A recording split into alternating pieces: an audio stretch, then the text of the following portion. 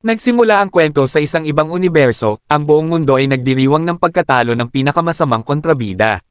Libo-libong tao ang nagtipon para magbigay ng papuri sa bayani na tumalo sa hari ng mga demonyo at nagdala ng kapayapaan sa mundo. Wala ng pag-atake ng mga halimaw, at wala ng inosenteng mamamayan ang mamamatay ng walang kabuluhan. Ang mundong pantasya ng Isgard ay sa wakas nakamit ang isang era ng kapayapaan matapos ang ilang siglo ng digmaan. Sa isang eskinita, dalawang bata ang tumatakbo para makita ang bayani na kakagaling lang sa kanyang mga laban. Pinipilit ng batang lalaki ang kanyang kapatid na babae na magmadali bago sila maabyutin ng oras. Para sa kanila, ito ay isang bihirang pagkakataon na hindi nila pwedeng palampasin. Habang tumatakbo, nakasalubong ng batang lalaki ang isang figurang nakasuot ng madilim na balabal. Ang presensya nito ay sobrang nakakatakot na ang katawan ng batang lalaki ay napako sa lugar. Nang umabot ang kanyang kapatid na babae, nagtataka siya kung bakit tila natigilan ang kanyang kapatid at tumingin sa direksyon ng taong nakabalabal. Hindi niya maintindihan kung bakit lumalakad ang lalaki sa kabaligtaran ng direksyon ng parada ng bayani, at natatakot ang kanyang kapatid na baka makatawag sila ng di kanais-nais na atensyon. Sinabihan niya ang kanyang kapatid na huwag nang tumingin pa. Mukhang nakilala ng batang lalaki na ang nakabalabal ay isang madilim na salamangkero, isang klase ng mga manggagawa na may kinalaman sa madilim na mundo ng Isgard. Ang batang lalaki ay kilala rin ang tao sa madilim na balabal. Alam niya na ang tao sa kanyang harapan ay may hawak ng madilim na kapangyarihan. Hindi gaanong nauunawaan ng kanyang kapatid ang malaking bagay sa pagiging isang madilim na salamangkero, ngunit ipinaliwanag ng batang lalaki na nangangahulugang ang taong iyon ay isinumpa. Ang taong nakabalabal ay may dalang puting sako sa kanyang balikat at naglalakad sa isang malungkot na daan patungo sa katedral, kung saan hinihintay siya ng santa ng panahon na ito. Habang pinagmamasdan niya ang mundo na sa wakas ay makakaranas ng kapayapaan, narinig niya ang isang katok sa pinto. Nang lumingon siya, naroon ang taong nakabalabal sa pintuan. Ang kanyang gintong buhok ay simbolo ng kanyang banal na kapangyarihan, at ang kanyang puting balabal ay sumasagisag sa kanyang kadalisayan. Tinitingnan niya ang lalaki at tinanggap siya pabalik. Sa kabaligtaran, ang madilim na balabal ng lalaki at tahimik na presensya ay nagpapalabas ng mga masamang pakiramdam. Kung ang santa ay isang nilalang ng purong enerhiya, ang taong nakabalabal ay ang inkarnasyon ng kadiliman. Ang kanyang pangalan ay Minol, at nang buksan niya ang sako na naglalaman ng ulo ng hari ng mga demonyo, ipinakita na siya ang tunay na bayani sa lahat ng oras na ito. Ngunit dahil sa madilim na kalikasan ng kanyang kapangyarihan, kinailangan niyang maging isang anino, habang ang isang walang silbing lalaki na nakasuot ng magarbong armor ay tinanggap ang lahat ng papuri. Nagpasalamat ang santa sa madilim na salamangkero sa ngalan ng imperyo, ngunit pinutol ng salamangkero ang kanyang mga salita. Mayroon lamang siyang isang hiling. Ginawa niya ang lahat ng hinihingi sa kanya, at ngayon, gusto niyang tuparin ng santa ang kanyang pangako. Nagkaroon ng seryosong ekspresyon ng santa, ngunit tiniyak sa salamangkero na natatandaan niya ang kanyang pangako at sisiguraduhin niyang tutuparin ito. Dahil dito, marahil ay dapat niyang tawagin ang madilim na salamangkero hindi bilang Minol, kundi bilang Kim Minjon, na siyang orihinal niyang pangalan bago siya sapilitang dinala sa mundong ito. Sa ilalim ng rebulto ng Diyosa, sinubukan ng santa na magkaroon ng taos-pusong pag-uusap sa bida. Sinabi niya na sorry siya na kinailangan niyang pasanin ang napakabigat na responsibilidad, at ipinaliwanag niya na hindi niya ibinigay sa kanya ang ganoong trabaho dahil galit siya sa kanya. Sa katunayan, magkakautang siya ng napakalaking utang na loob. Ngunit sumagot ang lalaki na galit siya sa kanya na halos mamatay na siya sa galit. Kahit na nakatanggap ng malamig na sagot, sinabi ng santa na gagawin niya ang lahat ng kanyang makakaya upang baguhin ang opinyon ng mga tao tungkol sa mga madilim na salamangkero sa mundong ito. Nakiusap siya sa lalaki na muling isaalang-alang ang kanyang nais na bumalik sa kanyang dating mundo. Ngunit walang dapat pag-isipan pa kay Kim Minjon. Sumagot siya na nagamit na siya ng sapat. Ngayon, nais lamang niyang makabalik sa kanyang mundo ng buo. Napabuntong hininga ang santa at sinabi na kung mananatili siya para sa kapakanan ng imperyo, nangangako siya na bibigyan siya ng gantimpala para sa lahat ng masamang traito na natanggap niya sa ngayon, at higit pa. Ngunit mukhang huli na ang lahat, at sinabi ng madilim na salamangkero na tigilan na ng santa ang kanyang pag-arte. Iginiit ng santa na hindi siya umaarte, at taos-puso ang kanyang mga salita. Sinagot siya ng bida na walang bagay na maibibigay sa kanya. Nagulat ang santa sa kanyang mga sinabi. Sa kadahilanang siya ay napili ng Diyos, siya ay may hawak ng napakalaking kapangyarihan sa mundong ito. Kaya ano nga ba ang bagay na hinahangad ng lalaking ito na hindi niya kayang ibigay? Sumagot siya na dinala siya rito ng sapilitan. Ginamit siya na parang alipin. At ngayon gusto niya siyang manatili upang lalo pang pagsilbihan. Para ipagpalit ang kanyang buhay ng ganito, ano ang kayang ibigay ng santa bilang kapalit? Sumagot siya na kayang tuparin ang anumang nais niya. Dahil kung siya ay mawawala, maaaring hindi magtagal ang kapayapaan ng imperyo. Ngunit pagkatapos ay hiningi ng bida ang kanyang unang hiling. Gusto niyang kumain ng pritong manok na Korean. Ngunit hindi man lang alam ng santa kung ano iyon. Hiningi niya ang kimchi. Ngunit muli, wala ring alam ang santa tungkol dito. Nagreklamo siya na ang pagkain sa mundong ito ay nakakasuka. Wala siyang kinakain kundi mga biskwit na mataas ang kalorya sa lahat ng mga taong ito. Paano siya mabubuhay sa mundong ito kung napipilitin siyang kumain ng ganoong basura? At kung hindi siya mabibigyan ng masarap na pagkain, maaari bang bigyan siya ng santa ng game ng PC at magandang koneksyon sa internet? Siyempre, wala sa mga ito ang posible sa isang hindi maunlad na mundo tulad nito. Sa huli, isinukol ng santa ang kanyang pangarap na panatilihin siya sa mundong ito. Hindi siya kailanman nararapat dito sa simula pa lamang. Yumukol siya sa pagkatalo at pumayag na simulan agad ang seremonya ng pagbabalik. Dinala niya siya sa silid ng pagsasama. Kung saan naalala ng bida ang kanyang nakaraan noong una siyang tinawag, at masaya siya na hindi na niya kailangang makita ang lugar na ito kailanman. Sinabi ng santa na tumayo siya sa gitna ng bilog ng pagsasama at sinimulan ang seremonya ng pagbabalik. Pagkatapos, nagsimula ng gumalaw ang mga pattern ng mahika sa ilalim ng mga paa ng bida. Sinabi niya na sisimulan niya sa pagtanggal ng proteksyon ng santa mula sa kanyang katawan. Tinanggal ni Kim Min-jun ang kanyang guwantes at tiningnan ang kamay na may simbolo ng santa. Kahit na tinawag itong proteksyon, isa lang itong tali na pumipigil sa taong tinawag na lumaban sa santa. Masaya siya na sa wakas ay mapapalayas na niya ito. Inilabas ng santa ang kanyang mga kamay, at ang nagniningning na liwanag ay naglilinis ng simbolo mula sa kamay ng bida. Nalilito ang santa dahil hindi lamang isusuko ng madilim na salamangkero ang lahat ng kapangyarihan na naipon niya sa loob ng maraming taon, tumatanggi rin siyang tanggapin ang lahat ng kayamanan at katanyagan na makakamtan niya sa pananatili rito. Ngunit sawa na ang lalaki sa mundong ito, at hiniling sa santa na huwag nang makialam. Sa halip, tinanong niya kung bakit hindi nag-aalala ang santa sa sitwasyong ito. Kapag tuluyang nawala ang simbolo, maaari niya siyang patayin kung gusto niya. Ngunit sinabi ng babae na alam niyang siya ang ugat ng lahat ng galit sa puso ng lalaki. Kung papatayin siya ng lalaki, tatanggapin niya ito ng buong loob. Ngayon na natanggal na ang proteksyon, sinabi niya sa bida na maaari na siyang patayin kung nais nito. Kung wala siyang ganitong kagustuhan, gusto na niyang simulan ang susunod na yugto ng seremonya. Ang susunod na hakbang ay ang pagtanggal ng mga kapangyarihang nakuha ng protagonist sa mundo ng Isgard, at lumayo ang santa mula sa bilog upang tapusin ang prosesong ito. Ngunit dito hindi na mangyayari ang ayon sa kagustuhan ng santa, kundi ayon sa kagustuhan ng mangkukulam. Mabilis niyang itinali ang isang lubid ng madilim na enerhiya upang supilan ng santa, at itinaas siya sa ere. Sinabi niya sa lalaki na ang pagkakaroon ng mga kapangyarihan ng mundong ito ay papatay sa kanya kung gagamitin niya ang Dimensional Gate. Ang ginagawa niya ay puro kalokohan. Ngunit ang lalaking ito ay nagpakahirap hanggang mamatay para makuha ang mga kapangyarihang ito. Wala siyang balak na iwanan ang mga ito bago bumalik.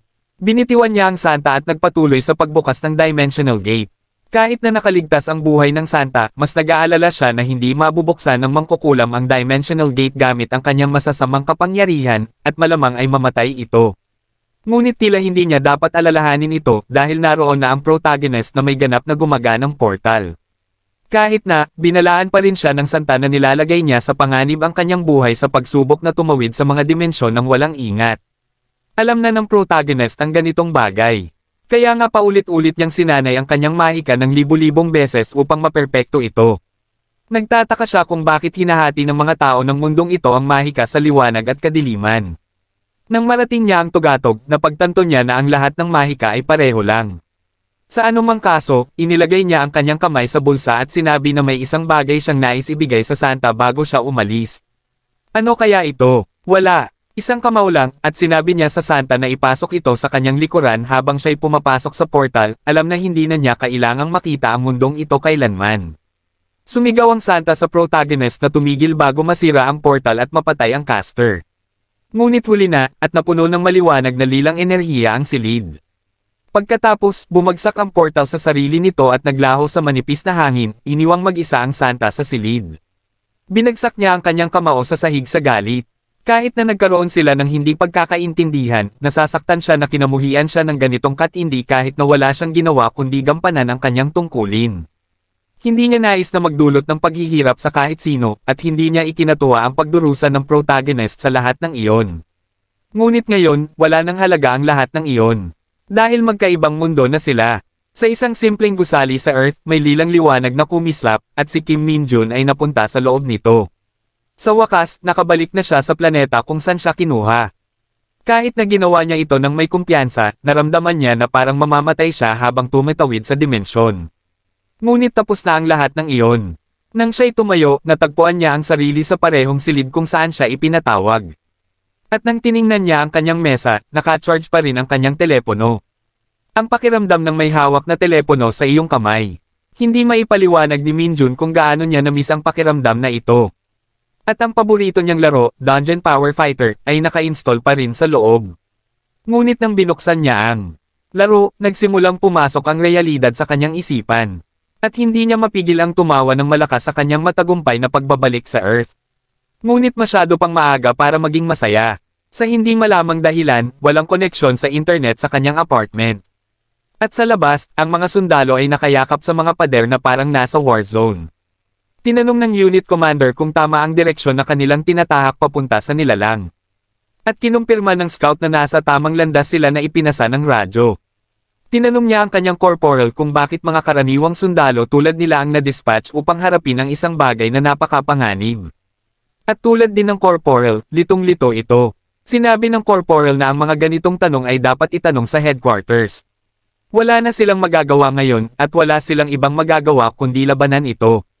Kaya't huminga ng malalim ang mga sundalo at naghanda para sa laban. Sila'y sumugod sa kalsada at lumiko sa kanto upang barilin ang kalaban. Ngunit ang kanilang nakita ay lubos na naiiba sa kanilang hinahabol. Naglalakad si Kim Min-jun sa mga kalye, naiinis dahil walang signal ang kanyang telepono, at wala kahit isang tindahan ang bukas sa lugar kahit na hapon na. Nagulat ang mga sundalo na makakita ng isang sibilyan sa isang lugar na ipinagbabawal ang pag-access, at sumigaw na bumalik ang binata sa kanila. Nagulat din si Min-jun nang makita ang mga armadong sundalo. Nagtataka siya kung ano ang ginagawa ng hukbo sa isang sibilyan na lugar. Akala niya na ang mga sundalo ay nagsasanay lang at humingi siya ng paumanhin sa kanyang pag-aabala. At doon napansin ng mga sundalo ang isang bagay sa likod ni Min-jun at sumigaw sa kanya na tumakbo ng mabilis hanggat kaya niya. Nang siya'y lumingon upang tingnan kung ano ang kinatatakutan ng mga sundalo, hindi siya makapaniwala sa kakaibang tanawin sa kanyang harapan.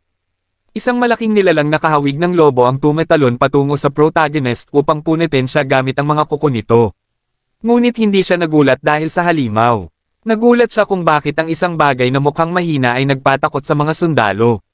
Pagkatapos ng lahat, galing siya sa isang mundo kung saan nakipaglaban siya sa mas malalakas na halimaw sa loob ng maraming taon. Ngunit nang pinipigilan niya ang kanyang kamao upang tawagin ang kanyang madilim na kapangyarihan, nabigo itong lumabas. Wala na ito. Hindi naman ito mahalaga sa kasong ito dahil kaya ni Min-jun na durugan ang ganitong klaseng maliit na kalaban gamit ang kanyang lakas, at walang kahirap-hirap na ibinaon ang mukha ng lobo sa lupa. Nagulat ang mga sundalo sa tahimik na pagpapakita ng superhuman na lakas, at nabasag ang mga ngipin ng halimaw dahil sa lakas ng impact. Ang katotohanan na naglakas loob itong umatake sa kanya ay nagpapatuloy pa ring galitin si Min-jun, at brutal niyang dinurog ang bungo ng halimaw gamit ang kanyang mga kamay. Kahit na hindi niya magamit ang kanyang madilim na mahika dahil sa kawalan ng demonic energy, hindi pa rin siya mahina upang matalo ng ganitong klaseng halimaw. Pagkatapos ng lahat, dumaan siya sa impyernong pagsasanay sa lakas araw-araw noong siya ay nasa Eastgard. Alam pa rin niya ang pagkakakilanlan ng mga nilalang na ito. Ngunit bakit ito lumitaw sa mundong ito? Marami siyang tanong, at ang mga nasa likod niya lamang ang maaaring sumagot sa mga ito sa ngayon. Ngunit nang tawagin niya ang kanilang pansin, natakot ng husto ang mga sundalo kaya't halos hindi sila makapagsalita. Pagkatapos makipag-usap ng ilang sandali, isinakay ng mga sundalo ang protagonist sa isang sasakyang pangmilitar upang ihatid siya palabas ng ipinagbabawal na lugar. Binalaan siya ng corporal na sobrang layo na ang kanyang nilakad sa isang lugar na pinamumugaran ng mga halimaw. Sa ilalim ng normal na mga pagkakataon, maaari siyang naaresto. Ngunit dahil sinabi ng commander na huwag palalain ang sitwasyon, pinapayagan na lang siyang umalis. Pero paano nga ba posible na talagang wala siyang alam sa mga nangyayari sa mundo? Sinabi na lang ng bida na siya ay nakatira sa ibang bansa. Pero kahit na, hindi na ito ang Korea na kilala niya noon. Lumabas ang mga dungeon noong siya'y 7 taong gulang pa lamang. Nag-umpisang lumabas sa totoong buhay ang mga halimaw mula sa mga dungeon. Naalala niyang pinapalo sila ng mga sundalo at militar, katulad ng nangyayari ngayon. Kasabay ng paglabas ng mga dungeon, nagsulputan din ang mga superhuman na tinawag na Awakened. Si Fade ay may mga kakayahang higit pa sa karaniwang tao. Sumali sila sa Hunter Corps na bagong tatag sa kampo militar at mabilis na nilinis ang mga halimaw sa kanilang paglabas. Kaya bago siya ipatawag ng santo, walang banta sa mga sibilyan sa Korea. At ngayon, may mas malaking problema. Dahil sa kaguluhan sa mundo, posible bang nawala na ang mga server ng Dungeon Power Fighters? Kung ganun nga, nagtatanong si Kim Min-jun kung ano pa ang silbi ng pagbabalik niya sa Earth. Hindi maiwasan ng corporal na magduda sa kilos ng lalaki. Magulo ang mundo ngayon. Kaya paano nga ba posibleng wala siyang alam kahit pa siya'y nanirahan sa ibang bansa?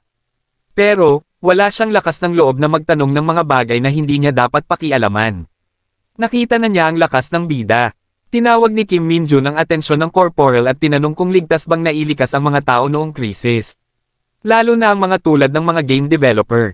At posible pa bang magtrabaho sa panahong ito? Lalo na sa isang game company.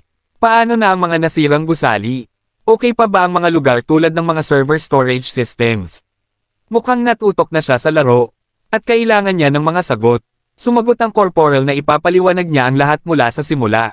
Ang dahilan kung bakit lumala ang sitwasyon ay dahil sa kakaibang fenomeno na nagsimula mula sa mga dungeon 2 taon na ang nakalipas. Isang araw, nag-umpisa ng mas madalas lumabas ang mga dungeon at lumaki pa ang mga ito. Pero ang pinakamatinding problema ay ang pagdami ng mga higanting halimaw na nagmumula sa mga kakaibang dungeon na ito. Dahil doon, hindi na makontrol ng militar ang mga dungeon. At umabot na sa puntong isinara nila ang ilang lugar ng mga sibilyan. Simula noon, sinusubukan na ng militar na kontrolin ang mga dungeon. At nagsubok ng iba't ibang pamamaraan para labanan ito pero kulang sila sa tao. Lubos na nadismaya si Kim Min-jun sa narinig na paliwanag. Wala siyang pakialam sa mga ganitong bagay. Ang gusto lang niyang malaman ay kung maayos pa ang mga game company. Dahil gusto niyang maglaro ng Dungeon Power Fighter. Tinanong ng corporal si Kim Min-jun kung ilang taon na siya. At sumagot siya na siguro'y 21 na siya ngayong taon. Suhestyon ng corporal na dapat na siyang mag-enlist sa militar kung ganun nga. Dahil mawawala na ang kalahati ng kanyang 20s. Hindi maintindihan ni Kim Min-jun. Dati, ang mandatory military service ay 5 taon para sa hunter. At 3 taon para sa mga regular na tropa. Kaya bakit niya kailangang aksayahin ang kalahati ng kanyang 20s? Pero dahil lumala na ang sitwasyon nitong mga nakaraang taon, lahat ng tropa ay naglilingkod na rin ng 5 taon, hindi lang ang Hunter Corps. Kung 21 na si Kim Min-jun, malamang may enlistment letter na siya. Nakakainis, bumalik siya para sana'y mamuhay ng madali at maglaro ng mga paborito niyang laro. Pero ngayon, kailangan niyang maglingkod sa militar ng 5 taon. Galit siya dahil hindi man lang siya nakapag-konekta sa game servers. Biglang nagkaroon ng signal ang kanyang telepono. At nakatanggap siya ng mensahe mula sa militar. Ito'y notice para sa enlistment sa X Division. At ang petsa ng enlistment ay bukas na. Nakakapagtaka ang timing. Kaya inisip ni Kim Min-jun na spam message lang ito. Pero tiniyak ng corporal na totoo iyon at hindi spam. Isa na namang malaking pagkabigla para sa binata. Paano makakapag-enlist ang militar ng tao nang walang pisikal na pagsusuri? At paano makatuwiran na abisuhan ka lang isang araw bago ang enlistment? Pero sabi ng corporal, kulang na kulang ang militar sa tao. At normal na ang ganitong kalakaran. At tungkol sa notice, malamang na late lang niya ito nakita. Suhestyon niya kay Kim Min-jun na pumunta sa internet cafe malapit sa evacuation center. At i-double check ang status niya mismo. Ang pagbanggit ng PC Cafe ay nagbigay ng bagong sigla kay Kim Min-jun. Noong nawala ang kanyang mga magulang, nagtago lang siya sa kanilang bahay at naglaro ng mga laro. Pero pagkatapos, napunta siya sa Eastgard noong grade 12 siya. Nawala man lang kaibigan. At pagkatapos ng maraming taon ng paghihirap, makakaranas siyang muli ng nakakalimutang paraiso ng sangkatauhan. Isang internet cafe kung saan live pa rin ang server ng kanyang paboritong laro. At maaari niyang laruin ito ng walang tigil. Habang inaaksaya ang oras sa paraisong ito, patuloy siyang umorder ng lahat ng fast food na nami-miss niyang kainin sa nakaraang mundo. Pati ang waitress ay nagulat kung gaano siya kalakas kumain. At ngayong napuna na ang kanyang pangangailangan sa paglalaro, unti-unti niyang napagtanto kung gaano na nga nagbago ang mundo. Sinuri niya ang mga balita sa internet. At totoo ang lahat ng sinabi ng corporal. Pati na ang petsa ng enlistment na nabanggit sa text message. Tulad ng sinabi sa text message, bukas na ang due date. Kung nasa kanya pa lahat ng kapangyarihan mula sa Eastguard, magagawa niyang linisin ang bawat dungeon ng mag-isa. Pero sa kung anong dahilan, lubos na naubos ang demonic energy sa kanyang katawan, na siyang pangunahing pinagmumulan ng kanyang dark magic. Pero hindi naman ibig sabihin nito na wala na siyang laban. Sa katunayan, kumpiyansa siya na kaya pa rin niyang linisin ang lahat ng dungeon ng mag-isa. At pagkatapos ng ilang minutong pag-iisip, napasigaw siya ng malakas sa kanyang bagong determinasyon. Kumpara ito sa pagliligtas ng paborito niyang mga laro mula sa pagkawasak. Nakahanda siyang solusyonan ang lahat ng mag-isa. Kinabukasan, nagpunta siya sa National Defense Center ayon sa mga utos ng enlistment. Nagulat siya na maraming tao ang dumating para sa parehong layunin. Ang iba ay nagpapalam sa kanilang pamilya, at ang iba naman sa kanilang mga kasintahan. Saan man siya tumingin, napapangiti siya sa pagkakita sa mga lungkot na ekspresyon ng lahat. At pagkatapos, tinawag ng announcer ang lahat ng sundalo na mag-report sa auditorium agad-agad. Mukhang hindi na nga katulad ng dati ang militar. Pero nagdududa si Kim Min-jun na magiging kasing hirap ito ng Eastguard. Sa loob ng auditorium, sumisigaw at nagmumura ang mga commander sa mga bagong recruit. Upang ipakita ang disiplina at tumayo ng tuwid. Naglalabas sila ng mura sa bawat pangungusap. At pinipilit ang malungkot na kapaligiran sa bawat sundalo. Nagulat ang mga recruit sa masamang traito na ito. Kahit hindi pa sila nagsisimula. At nagulat si Kim Min-jun sa paghahambing ng mga insultong ito. Kumpara sa kanyang mga Spartan teacher sa Eastguard. Sa kabaligtaran, mabait pala talaga ang mga instructor ng militar. Dito na lumapit ang battalion commander sa entablado. At tinawag ang atensyon ng lahat. Bago simulan ang kanilang mga agenda, nagtanong siya sa mga bagong recruit na magtaas ng kamay. Kung nais nilang mag-apply sa Hunter Corps. Iniinganyo niya ang mga recruit na sabihin na ang Hunter Corps ay tumatanggap ng ibang pagtrato. At may mas mataas na base pay. Pero kahit na, walang nagtaas ng kamay. Sinabi ng commander sa mga recruit na ito'y formalidad lamang. Wala namang dapat ikabahala, pero mukhang may nakaligtaan siya. Sa gitna ng karamihan, may isang volunteer na nagtaas ng kamay. Siyempre, walang iba kundi si Kim Min-jun. Hiniling ng commander na lumapit agad ang volunteer. Sinunod niya ang unang utos ng kanyang nakatataas. Itinulak niya ang lupa ng may sobrang lakas na nagkabasag ang sahig. At nang tumalon siya sa ere, lumilipad siya ng mataas, lampas sa ulo ng lahat. Dama po siya ng napakaganda sa ibabaw ng podium. At ang commander ng batalyon ay wala nang magawa kundi tingnan siya ng may matinding pagkagulat. Dito na niya ipinakilala ang kanyang sarili bilang ang recruit na si Kim Min-jun. At sinabing nais niyang mag-apply sa Hunter Corps. Ganito nagsimula ang alamat ng pinakadakilang hunter na nabuhay sa mundo. Nagpatuloy ang kwento sa hilagang rehiyon ng Eastguard. Ito ay isang madilim at abandonadong lugar na pinaliligiran ng mga bundok. Isang lugar na puno ng matatarik na bato at tila walang buhay na alikabok na bumabalot sa kapaligiran. Hindi maraming tao ang naninirahan dito. Marahil iyon ang dahilan kung bakit ito tinaguri ang Forgotten Canyon. Sa loob ng isang madilim na kuweba, may liwanag na nagmumula sa loob. Habang maririnig ang boses ng isang tao. Ang sinasabi ko lang, sabi ni Kim Min-jun. Walang katapusan ng kaguluhan sa trabahong ito bilang isang dark mage. Totoo ang kanyang sinabi. Mas mahirap ito kaysa sa kanyang inaasahan. At naniniwala siyang ang Dark Mage ang isa sa pinakamahirap na klase ng karakter. Naupo siya sa ibabaw ng isang ulo ng gagamba. Nandyan lang ito sa lupa. Walang buhay, hinahayaan siyang tapakan ito. Nagmanalog siya, kahit na mayroon tayong mga pambihirang kakayahan. Kung maubusan tayo ng demonic energy, wala rin itong silbi. Ang mga Dark Mage ay malaki ang inaasahan sa kanilang demonic energy. Na nagsisilbing kanilang bersyon ng mana. Hindi ito kusang bumabalik tulad ng mana ng mga ordinaryong mage. Naisip niya ang White Wizard habang sinasabi iyon. Ang White Wizard ay laging may mana sa loob niya. Sa katunayan, ang kanyang motto ay, mana ay laging nasa iyo. Kolektahin mo lang ito, ngunit ang mga Dark Mage ay walang ganoong pagpipilian. Ang tanging paraan para tunay na mapunan muli ang demonic energy ay sa pamamagitan ng pagpatay ng mga halimaw na nagtataglay nito. At pagkatapos ay kunin ito mula sa kanila. Napagtanto ng bayani na hindi masyadong epektibo ang pagpapunan ng demonic energy gamit ito.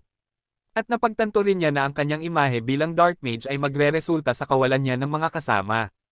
Magiging mag-isa siya sa bawat labanan, at iyon mismo ay isang trahedya. Medyo baliw, pero kung maubusan siya ng demonic energy sa isang dungeon, malamang ay mamamatay siya. Kaya, bakit siya nakangiti at tila maganda ang kanyang pakiramdam? May tanong siya para sa sarili. Ano ang pinakamainam na paraan para sa isang dark mage upang mapunan at mapanatili ang demonic energy? Nagtanong siya habang nakaupo sa tabi ng bonfire, naghihintay ng sagot. Sino ang kausap niya? Well, lumalabas na walang sino man ang sisigat sa kanya dahil lahat ng kanyang kasama ay patay na. Ngunit huwag mag-alala, hindi sila tao, sila ay malalaking laso na gagamba sa kuweba, na kayang kagatin ang ulo ng isang tao sa isang hadyep ng kanilang mga pangil. Si Kim Minjun ay nakaupo sa isa sa 50 gagamba na kanyang napatay. Lahat ng ito ay halos sumabog na may berdeng likido na lumalabas mula sa kanilang katawan, na may malalaking butas na tumutusok mula sa loob nila. Narinig niya ang isang malakas na tunog sa likod niya, may tumutusok sa lupa mismo.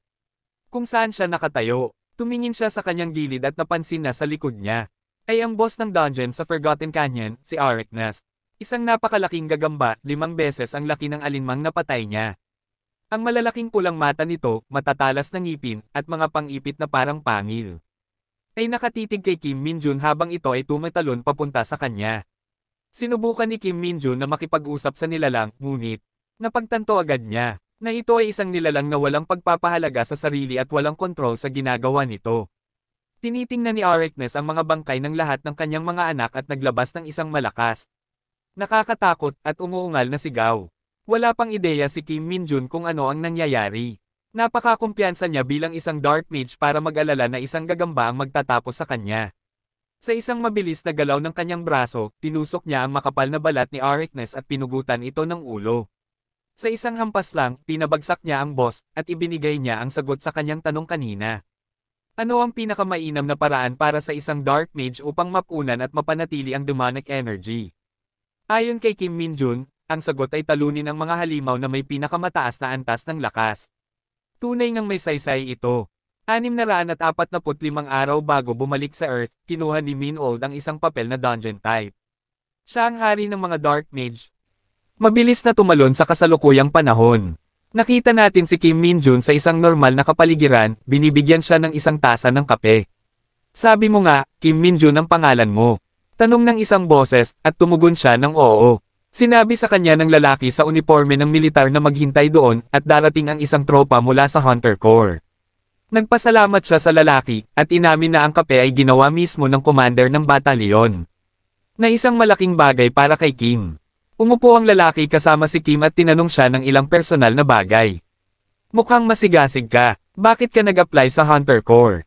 Tanong ng lalaki. Masama ang kalagayan ngayon, at karamihan sa mga tao ay gustong bumalik sa regular na hukbo. Kahit na may mga espesyal na kakayahan sila, bakit gusto mong sumali sa Hunter Corps? Tanong ng lalaki na may pag-aalinlangan. Simple lang ang sagot ni Kim, may kailangan akong gawin sa mga dungeons. Nagkatitigan silang dalawa ng awkward sa loob ng 1 minuto, bago sila sumabog sa tawa sa absurdidad ng sagot ni Kim. Sinabi ng commander ng batalyon na dahil nakakatawa si Kim, hindi na niya sisingilan si Kim para sa nasirang sahig ng auditorium na sinira niya. Habang iniisip ni Kim sa loob na siya ang hari ng mga dark mage.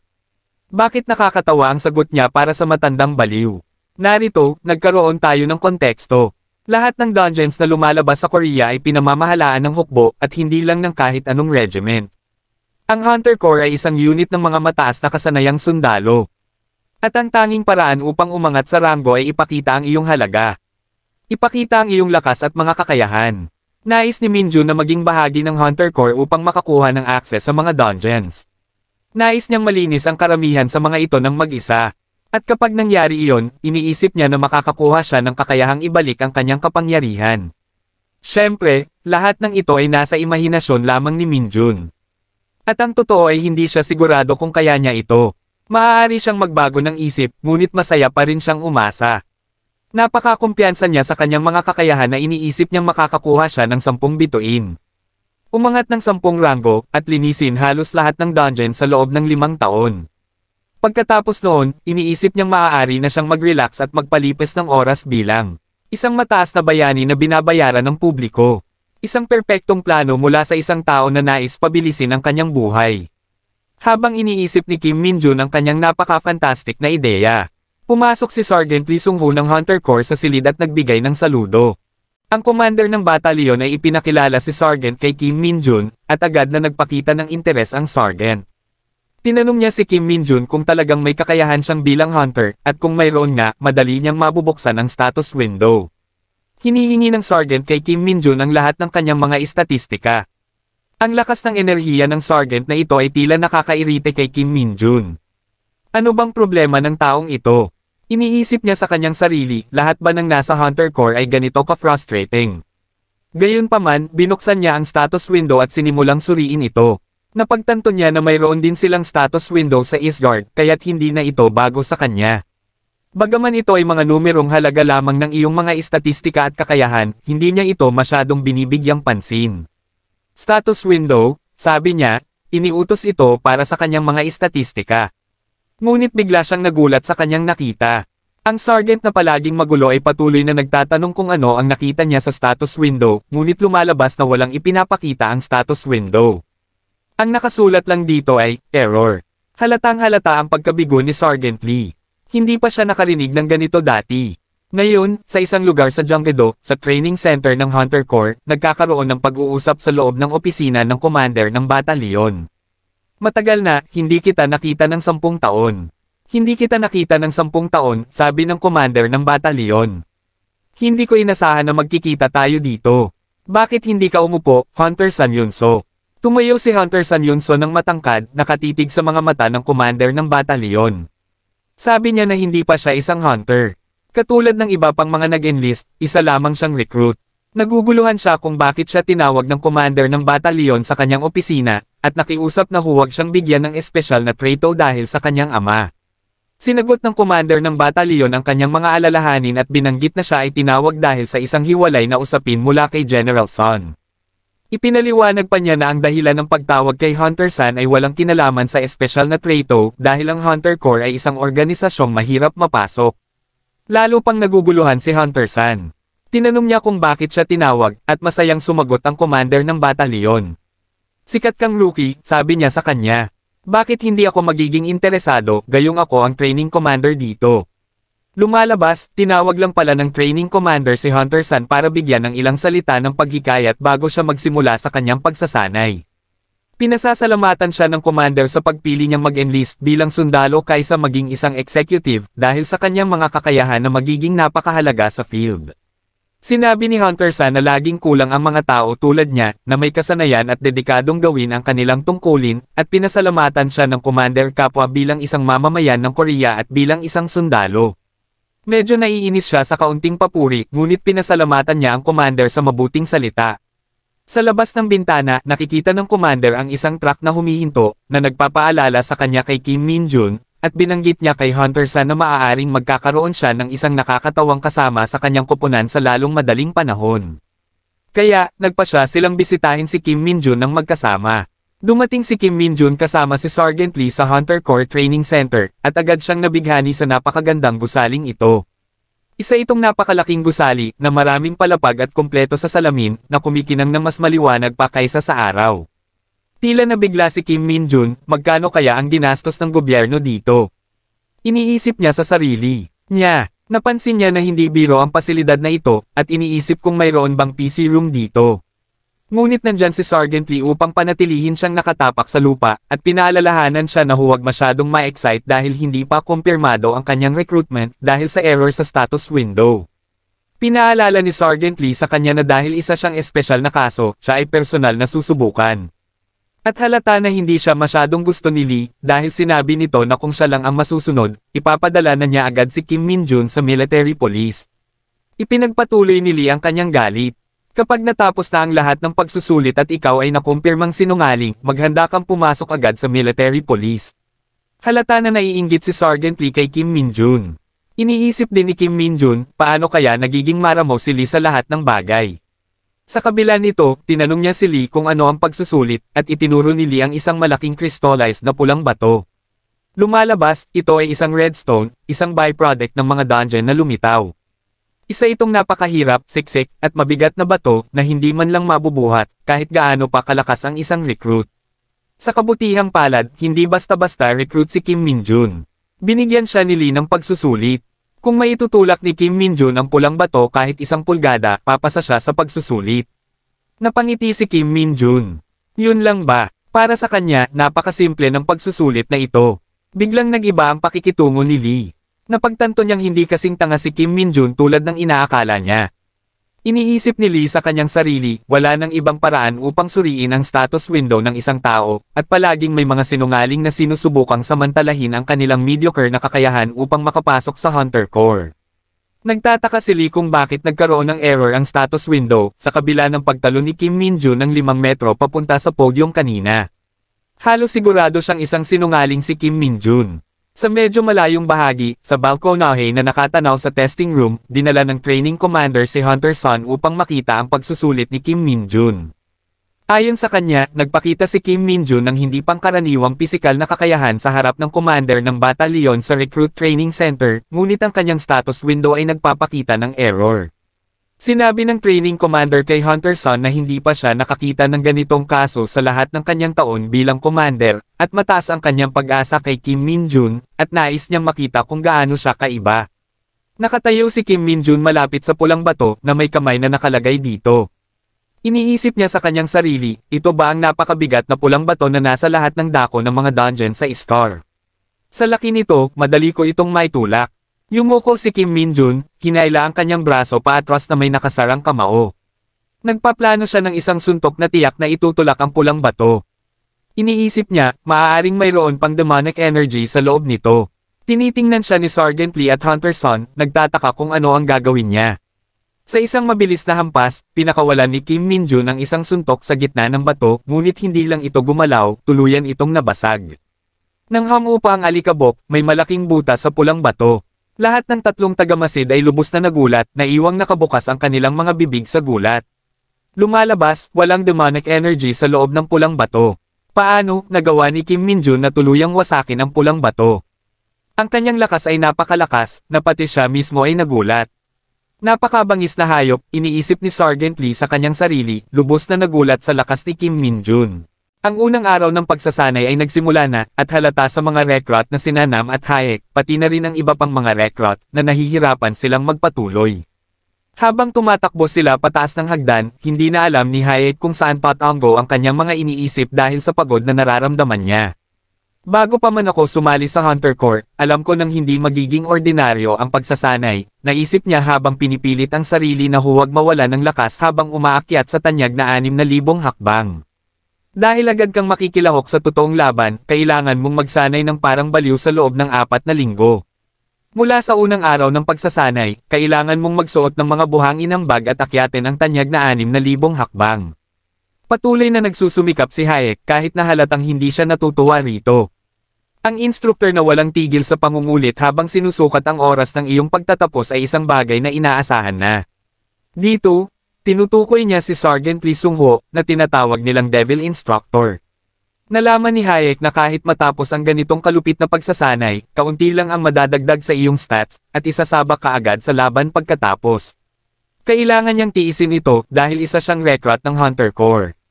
Hanggang sa makita niya si Kim Min-jun. Siguro kami ang problema, naisip niya. Si Kim Min-jun naman ay tila natutuwa sa pagsasanay na ito, na para bang napakadali lang para sa kanya. Pakiramdam niya'y magaan na magaan ang kanyang mga paa. Kung mayroon lang siyang lahat ng kanyang demonic energy, siguradong lilipad na siya. Gusto niya ang pagsasanay dito dahil napakasimple kumpara sa mga karanasan niya sa loob ng mga dungeon.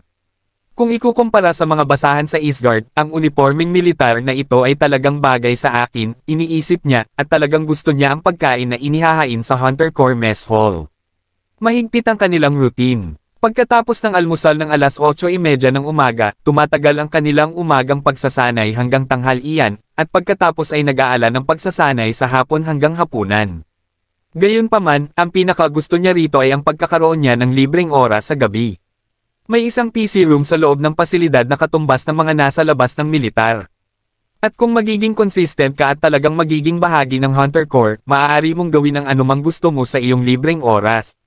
Tunay na nabubuhay si Kim Min-jun sa kanyang mga pangarap, mula sa magandang sweldo, masarap na pagkain, at oras para mag-ehersisyo at maglaro. Ito ang lahat ng gusto ni Kim Min-jun. Lalo pa siyang bumili sa pag-akyat dahil sa kaba. Sobrang saya niya sa kanyang mga iniisip, at nagtataka ang iba kung paano siya nagkakaroon ng ganoong bilis at lakas. Nakatayo si Sergeant Lee sa tuktok ng bundok, sa dulo ng 6,000 hakbang. Naririnig niya ang malakas na ingay ng mabilis na mga yapek, at nakikita si Kim Min-jun na paparating. Kim Min-jun? Sino ba itong taong ito? Naisip ni Sergeant Lee. Kadalasan, umaabot ng 1 oras para sa karaniwang recruit na makaakyat ng mga hakbang. Pero tila dismayado si Kim Min-jun. Tinanong niya ang sergeant at sinimulan siyang kulit-kulitin tungkol sa isang bagay na binanggit niya kanina. Sinabi mo bang makakakuha kami ng outing pass kung matatapos namin ito ng wala pang 30 minuto? Piniling hindi sagutin ng sergeant ang tanong at iniabot na lang sa kanya ang outing pass. Nagsimula nang mag-isip si Kim Min-jun kung saan niya gagamitin ang outing pass na iyon. Samantala, tinitingnan ng sergeant kung gaano katagal siyang natapos. At nakagawa si Kim Min-jun ng record-breaking na 21 minuto, 1 segundo, at 43 millisecond. Wala pang nakagawa noon. Siya ang kauna-unahang recruit na nakatanggap ng outing pass. Pero hindi, lahat ay tungkol sa mataas na stats at lakas. Ang pinakamahalaga ay ang kakayahan mong tumugon sa mga halimaw para sa Hunter Corps. Unti-unti nang nakikita ng sergeant ang potensyal ni Kim Min-jun. Mukhang bibigyan niya ng espesyal na atensyon ang bida mula ngayon. Balik sa common room, nagkakaroon ng existential crisis ang mga recruit. Nangangamba kung kailangan nilang magtiis ng ganitong kahigpit na regimen araw-araw. Excited si In-hyuk habang tinitingnan ang kanyang status window. Mukhang tumaas ang kanyang stats, at binati siya ng mga recruit. Nagpa siya itong lahat, at nagsimula ng tingnan ng lahat ng recruit sa paligid ni Kim Min-jun ang kanilang stats sa status window. Naisip niya, sobrang saya na nila sa isang stat point lang. Naalala niya ang kanyang mga araw ng pagsasanay sa East Guard, kung saan tumataas ang kanyang stats ng 10 kada araw. Kung gusto niyang pataasin ang kanyang resistensya sa pisikal na pinsala, babanatan siya hanggang sa tumaas ang kanyang stats. Nagsimula nang magsalita ang iba pang mga recruit sa kanya. May outing pass ka na, saan mo ito gagamitin? Tinanong siya ni In-hyuk, at hindi pa sigurado si Kim Min-jun kung saan niya gagamitin ito. Isa sa mga recruit ay nagpahayag ng inggit, habang ang isa pa ay nagsimulang magkwento ng narinig niya. Nadinig ko kanina mula sa mga instructor, wala pang nakakakuha ng outing pass mula kay Sergeant Lee. Natuwa ang mga recruit. Tinanong ni In-hyuk si Kim Min-jun kung madalas ba siyang mag-ehersisyo, habang sinabihan siya ng isa pang recruit na kahanga-hanga siyang panuorin na umaakyat ng mga hagdan na parang wala lang. Ito'y isang bagay na hindi pa naramdaman ni Kim Min-jun. Ang pagkakaroon ng mga tao na nakikipag-usap sa kanya at tinatrato siyang parang normal na tao. Naalala niya ang kanyang mga araw sa East Guard. Dahil isa siyang dark mage, nagkukunwari ang mga tao doon na parang hindi siya umiiral. Para bang kasalanan ang makipag-usap sa kanya. Ni hindi nila siya tinitignan sa mata dahil iniisip nilang siya'y malas. Nagustuhan niya na may komunikasyon dito, at talagang fan siya nito. Narinig niya si In-hyuk na nagsasabi sa isa pang recruit, bukas ang PC room, gagamitin mo ba ito? Sumagot ang recruit na pagod na siya. Pero nang marinig ito ni Kim Min-jun, bigla siyang napuno ng enerhiya at tumalon mula sa kanyang upuan sa sobrang tuwa. Bukas ang PC room, bakit ngayon mo lang sinabi? Tumatakbo siya diretso sa PC room para makapaglaro. Si Kim Min-jun at dalawa pang mga recruit ay nagpapalipas ng oras sa PC room. At si Kim Min-jun ay nakaramdam ng pinakamasarap na kasiyahan sa kanyang buhay.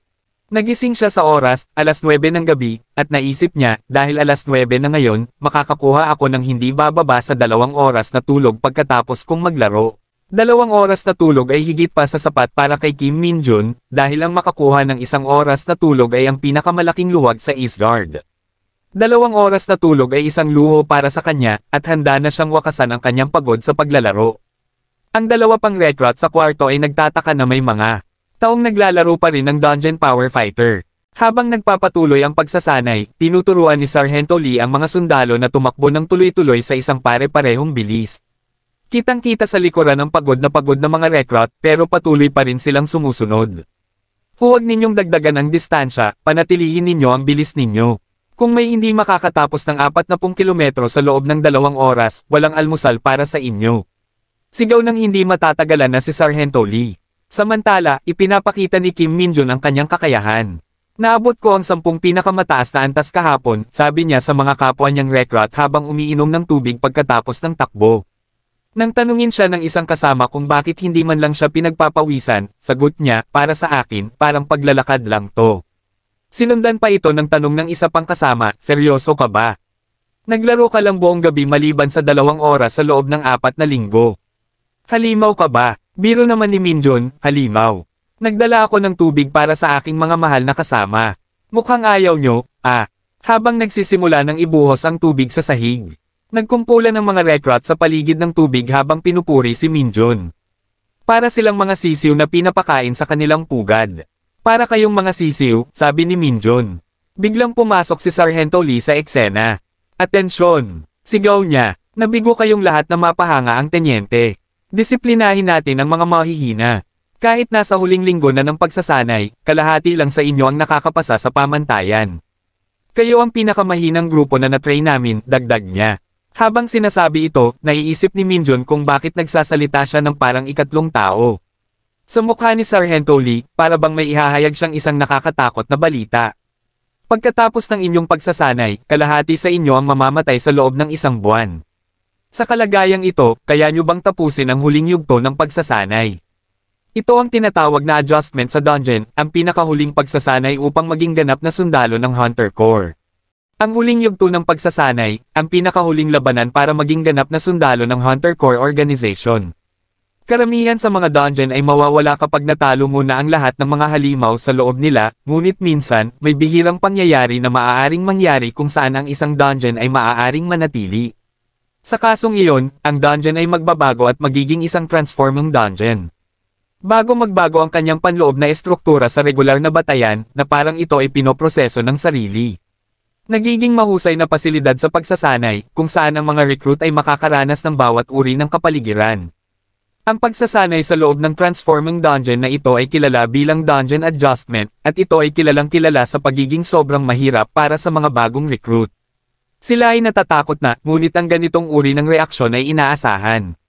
Sa katunayan, mas gusto ng lieutenant na mapanatili ang ganitong antas ng tensyon. Maganda na hawakan ng mga recruit na parang hinahawakan mo ang mga racehorses. Kapag kailangan nila ng disiplina, dapat mong mahigpit ang kamay sa pamalo, at bigyan sila ng mga karot kapag ang oras ay tama. Hinikayat niya ang mga recruit sa pamamagitan ng pagbibigay sa kanila ng piraso ng karot na tiyak na kanilang pagnanasa. Binibigyang diin niya muli na ang pinakamataas na marka mula sa pagsasanay na ito ay makakatanggap ng 2 gabi at 3 araw na bakasyon. Ito ang bahagi kung saan inaasahan niyang magiging sobrang saya ng lahat, ngunit ang kanilang mga reaksyon ay kasing dull ng isang koala. Binibigyang diin niya muli na ang pinakamataas na scoring recruit ay makakatanggap ng bakasyon. Ito ay isang bagay na dapat ikatuwa ng sobra. Pinapalakas niya ang kanilang loob sa dami ng mga bagay na maaaring gawin sa loob ng 3 araw. Pero kahit ano pa ang sabihin niya, ang mga recruit ay hindi man lang masaya sa ganitong kulang na gantimpala. Siyempre, maliban sa ating bida, na natuwa sa balita ng 3 araw na bakasyon. At oras na para magsimula ang impyernong pagsasanay sa dungeon. Ang mga recruit ay labis na nagulat sa laki ng gate ng dungeon bago sila magsimula. Ang ilan sa kanila ay nalilito pa kung ano ang kanilang gagawin dito.